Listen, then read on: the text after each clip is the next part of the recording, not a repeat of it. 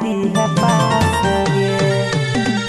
तोरा पकेने छियो विश्वास गे, जान के हमारा करा दी है पास गे।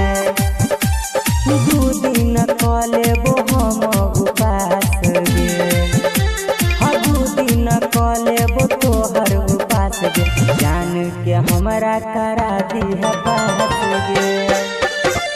तोरा पकेने छियो विश्वास गे, जान के हमारा करा दी है पास गे। रिकॉर्डिंग बाय अपन मिथिला रिकॉर्डिंग स्टूडियो।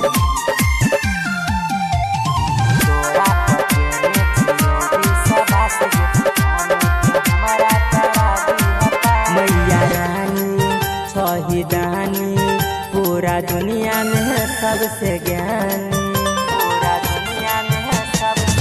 मैया रानी शहीदानी पूरा दुनिया में सबसे ज्ञानी। बढ़ियाने मैया तू हमारा निराश गे, जान के हमारा करा दी है पास गे। तोरा पकेने छियो विश्वास गे,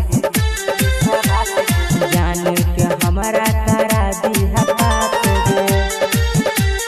तोरा पकेने छियो विश्वास गे, जान के हमारा करा दी है पास गे।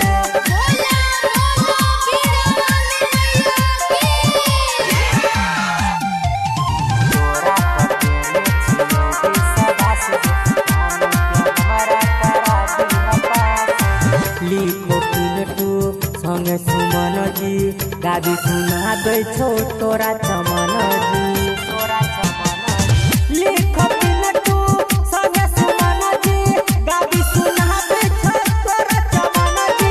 गौआ मुहाला में तोरे छो चर्चा, हरिहने मैया तू ककरो निराश। तोरे पर बनल छियै विश्वास गे, जान के हमारा करा दी है पास गे। तोरे पर बनल छियै विश्वास गे, जान के हमारा करा दी है पास गे।